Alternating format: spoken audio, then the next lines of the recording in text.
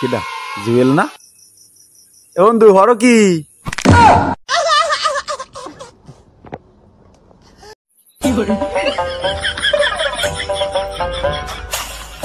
কি হয়েছে এটা?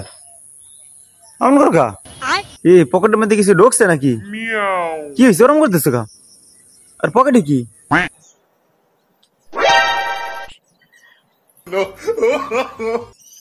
তুই দি বেটা জম্মের শেষ রায় চা খাইতে লইছে মোরে দেখে চা কাপ ঢুকাইছে প্যান্টের পকেটে।